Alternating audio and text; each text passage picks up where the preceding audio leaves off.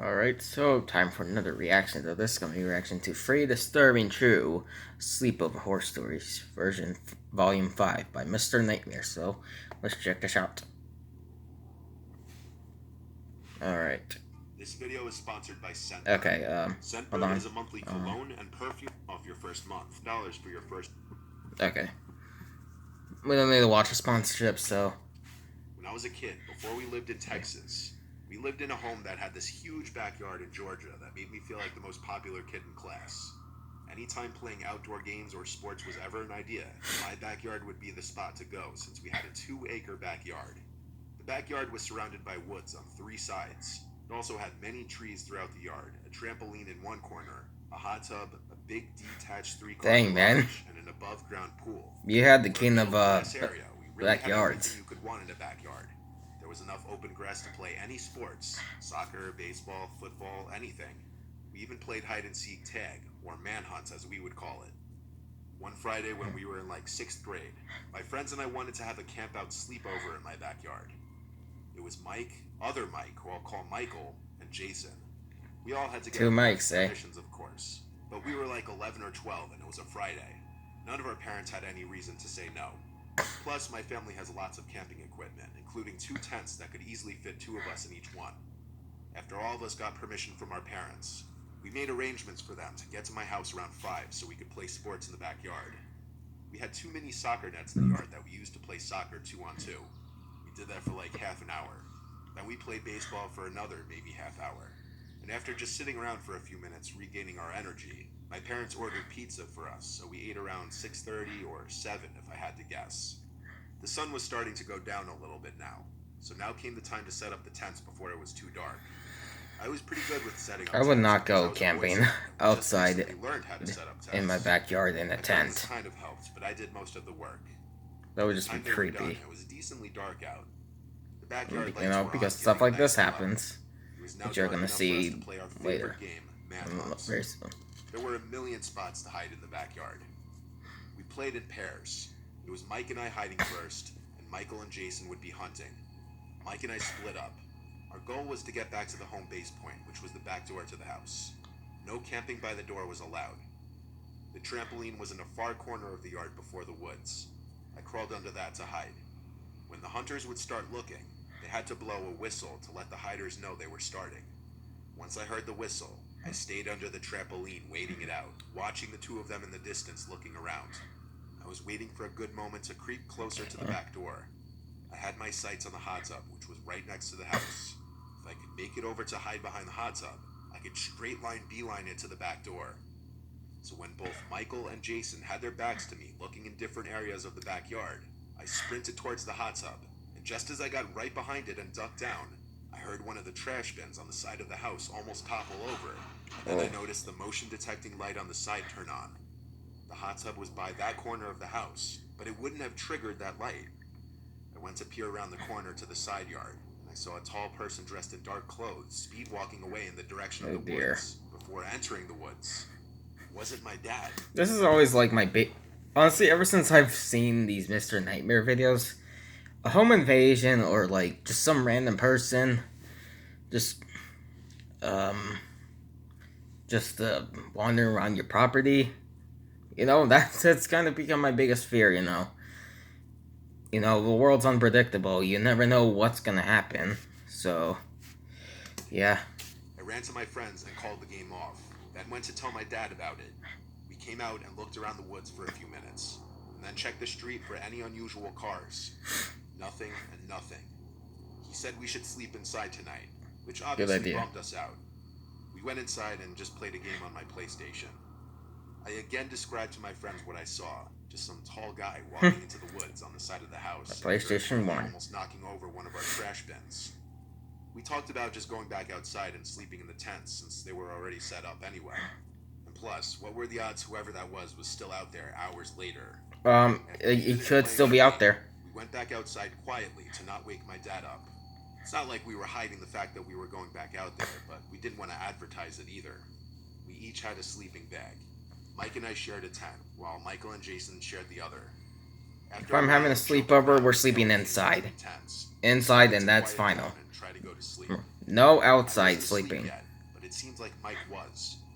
I started hearing walking sounds in the grass nearby, approaching the tent, and then the zipper to the tent was unzipped, and I looked up and saw my dad looking inside the tent. He said, "What are you guys doing out here?" I replied to him something like, "They wanted to sleep out here, so we came back out." Then I took a closer look at the face peering into the tent. I realized it wasn't my dad, but some Oh. complete stranger who looked to be my dad's age. It looked like he was about to come in when I screamed bloody murder like a little girl. Everyone woke up. Oh, Mike dear. started to scream as well. The man grabbed our ankles and said to be quiet, but he gave up when he realized he was about to be exposed. He Yeah. left the tent and disappeared. I told my friends to run inside the house, and as we were running to the house, my dad was already coming out the back door in response to our screams. I told him I don't know which way he went, but that the man from before was back. My dad ran around the yard, screaming and taunting the creep to come back if he has any balls. I heard it from inside the living room. My mom called the police, of course, and all that really happened when the police officer showed up was he took my recount of what happened, and I'm sure he made a police report, then left. It was good to have a police report at least, so that the cops would be aware of a creep going around. Yeah. I'm not sure if that man ever came back to our property or not, or if he ever got in trouble for something similar. Either way, it was pretty traumatizing. I can only hope he did get Gone it much caught. worse. I honestly feel like this world, with all these with all these crazy people that we see on news, some people's stories and stuff, Mr. Nightmare's videos, a good example. This world just feels like it's becoming a mental asylum, honestly. And I'm not saying that every single person is mentally insane, but I mean, you get the point. There are tons of people out there who are just absolute nut jobs. Yeah. Most people that I see who are usually completely normal people are usually the Christians like me, I guess. I'm not saying that mentally insane Christians don't exist, because there are a couple of them out there. There are some out there, but yeah, and I'm not saying that every single non-Christian is mentally insane, because literally I know multiple Christians who are also normal people. So, yeah. But, yeah.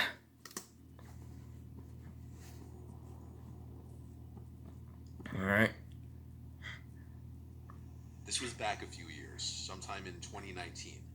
I was at a friend's house. I'll call her M for the sake of the story. I was pretty excited for this sleepover. I couldn't wait to talk about all the middle school drama. Now, something you might want to know is M's house was deep in the woods. I mean deep. Anywhere you looked, there was woods, and their nearest neighbor was about a half-mile away. But on the backside of her house was a cliff that led down to the ocean. The night at M's house started off pretty good. Our friend Sam was there too. We played Truth or Dare, Hide and Seek, and other teenage games. It was getting pretty late, but we decided to go on a walk down the gravel road that led to the other houses along the way. We asked her mom, and she said yes, so we started walking. After another 10 to 15 minutes, we saw a man who was walking on the other side of the street towards us. At first, we weren't thinking much. Maybe this dude was just taking an evening walk as well. But something that Sure didn't about seem that? right was that this man was wearing pretty thick clothing. I'm talking, it almost looked like snow gear. And not to mention, it was pretty warm out. At that moment, it was like 60 degrees outside. We all looked at each other as we passed the guy, and that's when it hit us. The stench. The disgusting smell coming off that guy. Oh, It was dear. absolutely horrible. Words could not describe how disgusting that smell was. It was so bad that after we finally got a few feet away, my friend took a deep breath, almost like she had been holding it. One of my friends ran into the woods and almost threw up. At this point, we felt it was best to head back. Our Yeah. friend who almost threw up was begging to go back anyway. We all agreed that it would be the best idea to head back. On our way And the first back, time I see we some passed him again. suspicious This people time we held our is breath is before we passed him. while I'm walking When we is looked the back, we realized the he time was when no I'm longer just walking gonna go in the back home. opposite direction, but instead he was You don't know what following that guy is us. capable of. This was really annoying. That disgusting smelling man was now bringing his stench even closer. We had no choice but to speed up our pace. We started speed walking. We still had about a I mile would to have make it started back to M's running. house. As we began to speed up, I don't know how so good of did a the random runner I could disgusting be. smelling dude. We Because, all looked at each other, scared and annoyed. We picked up our pace because, even more, almost to the point where we were jogging. But of course, the man sped up even more. Now at this point, we were running, and my friend Sam looked back, and then we heard it. Sam let out a blood-curdling scream as she looked back, which caused Em and I to look back as well. And what we saw, still to this day, absolutely horrifies me. This man was full-on sprinting at us. He had what looked like a knife or something sharp oh in his grip. dear. Em, Sam, and I started screaming as we were sprinting down the road. Our screams caused him to stop chasing us, and he eventually just stopped. But he didn't move. He just stood still, watching as we left. He didn't stay around to see what his intentions were. We just ran straight back to Em's house. Once we got back, we slammed the door and decided on not telling her parents, as they were Why already though? asleep. We all went to the living room to finish setting up our sleeping areas. A few hours passed. It was about 2 a.m. at this point. We were watching something. I can't remember what, but I know it was some horror movie. Now, I mentioned her house was on a cliff for a reason. Because of this, her house has a lot of windows on the backside overlooking the view. I was sitting on one of the couches that was set up right at the window. It was pitch black outside. All you could hear was the waves and occasional wind. All of a sudden, I heard footsteps outside. They sounded like they were right by the window. I told my friends, and Em said it was probably the deer that always comes by. No, it's not. 2 It's years the now, crazy I've guy. been feeding this deer, who always came up to this very window. I got pretty excited, as this meant this deer would come right up to my hand. I decided to look out the window, and I didn't see anything. It was too dark. I said that we should go outside to pet the deer, but Em and Sam said no. They reminded me about what happened earlier, and I agreed. So we went back to watching the movie. Another hour passed, and we were all feeling tired. We turned off the TV and headed under our blankets. It was about 45 minutes later. Em and Sam were fast asleep, but I felt like I couldn't rest. Something was up. I had this gut feeling that told me not to go to sleep, so I decided to look outside. The moon was just bright enough that you could see the ocean, so I spent a few minutes just staring outside. As I was staring outside, my eye caught something moving in the woods over to the left. I turned my head that way, but I saw nothing. I knew I saw something moving, so I grabbed a flashlight that was on the bookshelf and I pointed it in the direction of where I saw the movement. Now, It's this was the dude. probably the worst idea I could have ever had, because when I did so, I saw that man again. Yep. This time he didn't have any snow gear on. Instead, he was completely shirtless, and I wasn't about to find out what else he didn't have on. So I tried to wake up Em and Sam and tell them what I saw. Sam woke up, but Em was a deep sleeper. I Oh told dear. Sam to look outside, but when we looked, he was gone. Sam looked at me with a pretty angry expression, like I was just messing with her. I told her I wasn't, but she didn't believe me. She went back to bed, and I was left laying there. It was now about 4:30 in the morning. It was still dark outside. I didn't sleep at all. I felt myself drifting off to sleep when I heard a knock on the door. I almost jumped off the couch when I heard it. I knew I shouldn't open it, but my curiosity got the best of me. I walked over to the door and looked out of the Curiosity because the cars, they Again, say. I saw nothing. My head had to be playing with me. I again went back to the couch and threw my blanket over my head. I eventually fell asleep, but woke up at around 5 a.m. in a cold sweat. Something wasn't right again. My body wouldn't stop shaking. Then it hit me. That familiar stench. That disgusting smell. I almost threw up right there. But as fast as I sat up, I heard footsteps coming towards me and I screamed. I flicked on the flashlight, and as I did, I saw him. The man from earlier, standing in the corner of the room. Oh dear. My scream woke up Em and Sam, and they screamed too. And as we did this, the man bolted out of the house. Em's mom and dad came running down the stairs, and after a few minutes, we told them everything that happened. Em's mom called the cops, while Em's dad walked down the road with a shotgun, seeing if he could find the man. After that, once the police arrived and got all of our stories, I went home. My parents didn't tell me much when I got home. They hugged me for what felt like hours. And from that moment, I wasn't allowed at sleepovers anymore. Only now, years later, did I finally realize just how bad everything was. Yeah. The police eventually found the guy, and inside that old shed we were daring each other to go into were 5 dead bodies. Oh, That stench wow. that was on that man's body was the smell of decaying flesh. And if Yeah, things that's didn't kind of go what I the way was they thinking left, at first when in I the end, my said, cousin would have ended horrid, up in that like a shack. horrid smell.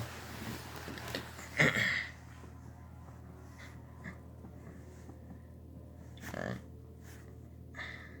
I work in risk management for a big bank in Manhattan. I've met a lot of cool people through this job. I go out to happy hour all the time with my coworkers. In 2019, a new guy named Sebastian was transferred to our office. I met him on his first day in the office.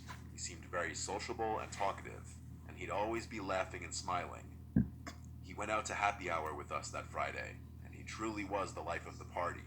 Always talking about all of his experiences, all the places he's been, and things he's done. There was not a dull moment with him. Eventually, Sebastian and I became friendly, and we went out together once in a while on weekends. I came to realize the more I got to know him that a lot of what he said may have been fabrications. His stories about all these beautiful women he allegedly got with, all these stories of hanging with celebrities. I started to just take everything that he said with a grain of salt. But I kept hanging with him because he was Here's just my, easy to hang out with and kind of funny. my, Sebastian one day the invited me, part of my him hand that, and his one of my sister to their condo in St. fingers. Pete Beach, Florida. His mom is very wealthy. One of the and parts of my lives in hand is Beverly just Hills, itchy. Colorado, and St. Pete. She wouldn't be at the condo this particular weekend, so Sebastian said it would be fun. I invited my little brother to come along too. We all took the same flight. I met Sebastian's sister at the airport. She seemed pretty interesting. Hard to explain, but she was a bit quirky. The condo was actually decently nice. It had 3 bedrooms. I'd never been in a condo with 3 bedrooms before. Sebastian and his sister took a room each, so my brother Tyler and I shared a room. I told him if we meet any girls, he's sleeping on the couch though. Since we landed late, it was past beach hour. We went out to some beach bars which were pretty cool. It was a bit of an older crowd. Sebastian was getting really drunk really fast though for some reason. It was a chill vibe. I wasn't sure why he was downing shots. I had to tell him to slow down when he started getting aggressive with people. This was the first time I'd seen him like this. He was also going up to every last girl he saw and drunkenly hitting on them. And 9 times out of 10, the girls seemed uncomfortable. Tyler and I laughed until it wasn't funny anymore, and it was more so embarrassing Yeah. being seen with him. At one point, a bigger guy got in his face for talking to his girl, and I had to pull Oh, Sebastian wow. away and apologize to the guy to de-escalate things. As we walked away, Sebastian pushed me and called me a piece of shit for not having his back. Tyler and I told him to just calm down. Even his sister was telling him to relax. Hey, dude, you Sebastian gotta stormed chill off, out. I'm assuming back to the condo. His sister didn't say anything, just followed. This was an extremely bizarre start to the weekend. Tyler and I stayed and finished our drinks. These girls even came up to us This is and why asked I how we knew never him, want to making a drink, joke of it. because We actually got this their kind of numbers. They were things visiting that too. flipping They said they're going downtown drinking later does and to we wanted people. to meet up. And we said we were down. So after that, I texted Sebastian asking where they went, and he texted back immediately that they went back to the condo. Tyler and I walked back to the condo and let ourselves in. We expected Sebastian to be angry, but instead, the second we walked in, he jumped off the couch all excited like, with a big smile on his face, saying, "Are we going out tonight or what?" He was still definitely really drunk. I told him, yeah, we should chill out here for a bit first though. Then I told him about the girls' numbers we got. Sebastian asked how many girls, and I said 2. His smile disappeared. Then Tyler, for some 2? reason, told him that the girls came up to us after he left, asking how we knew you. I think he was saying it as a joke, kind of trying to playfully rip on him a bit, which was a mistake. Sebastian stormed away into his room and literally slammed the door shut. I was realizing he must be flip? extremely bipolar or something. I was Yeah, getting sounds like awful it. vibes now, from both of them. I whispered to his sister, "Is he always like this?"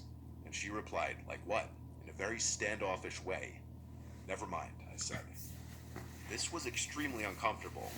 I was hoping maybe Sebastian would sober up and tomorrow would be better. Tyler and I chilled in our room for a little while. Sebastian never came out. I went over and knocked on the door and asked if he wanted to come out with us. He didn't answer. So we eventually Ubered without them to meet those 2 girls at some big clubby bar. As I was getting drunker, Sebastian started blowing up my phone with things like, "Where are you? How could you just leave me here? Your stuff is going in the street. Don't come The back. flip? I don't know why I invited you here." I I showed Tyler and the girls, and everyone was concerned. Something was wrong with Sebastian, and he was showing it now. As much fun as we were having with the girls, we had to Uber back to the condo before Sebastian really did something stupid. When we got back, Sebastian was just sitting on the couch alone, looking at the wall. I asked if he was okay. He looked at me, then looked away and said, "Yeah, hope you had fun." Then he got up and went to his room and shut the door. Whatever. We went to bed. There's Tyler and I summing just up. stayed up talking to each other for like half an hour about Sebastian and about life in general. Then suddenly, we heard footsteps on the wood floor outside. We stopped talking. The footsteps came over to the door, then stopped. We both heard it. I spoke up to Tyler on the top bunk, whispering that Sebastian is right outside the door. He whispered back, "I know." He must have had his ear up to the door or something, listening to us. We didn't say a word. A literal 5 minutes go by before we heard his footsteps walk away from the door. Then we heard him talking outside. He was laughing and saying stuff, but we didn't hear his sister saying anything. I wanted to see who he was talking to, so I crept over to the door and opened it. I looked into the living room, which was dark, but I saw Sebastian in the corner leaning on the wall with one hand and his head down. He was laughing and talking to himself. I heard him say, "Joe is always such a stupid bitch." He has And then he has laughed a again. mental disorder. "My name is Joe." I closed the door quietly and went back to the bottom bunk. I whispered to Tyler what I just saw, and his response was simply, "What the fuck?" I told him we should leave tomorrow morning and get a hotel, and he agreed. We tried to go to sleep, but the talking and laughing outside went on for another 10 to 15 minutes. When it finally stopped, we heard the footsteps come outside the door again, stop for a minute, then go to his room, and then we heard his door shut. Finally, we felt comfortable going to sleep. By now, I was shot. I fell asleep pretty quickly. But I woke up probably only 20 minutes later. I sat up, knowing something woke me up. I looked at the door, and in front of it was Sebastian standing there. I jumped and said, "Yo, what are you doing?" He then lunged at Yeah. the bed, screaming, trying to apparently strangle me, yelling, "You're a piece of shit." Good grief, Tyler dude. You had to gotta. grab him off of me and throw him into the corner of the room. My goodness. Sebastian yelled, "You suck, Joe. I invited you here just for you to shit on my life and talk shit about me to my sister." I, of course, tried to calm him down and rationalize, but there was no rationalizing with crazy. We packed our shit and called an Uber to a hotel, where we stayed until Sunday, then flew home. I saw Sebastian in the office the following few weeks, but he always avoided talking to me or looking at me. And he eventually transferred to a different office, probably because of me. Yeah. Sebastian seemed cool and normal at first, but he was an example of a very sick, damaged person deep down. That night we spent in his condo absolutely terrified me. Thank you to Scentbird for sponsoring this video. Alright. Well, that's it for my reaction to Free Disturbing True Sleepover Horror Stories for Volume 5 by Mr. Nightmare. So I hope y'all enjoyed the reaction. The link to the original video will be in the description below if you'd like to check it out, and I'll see you guys next time.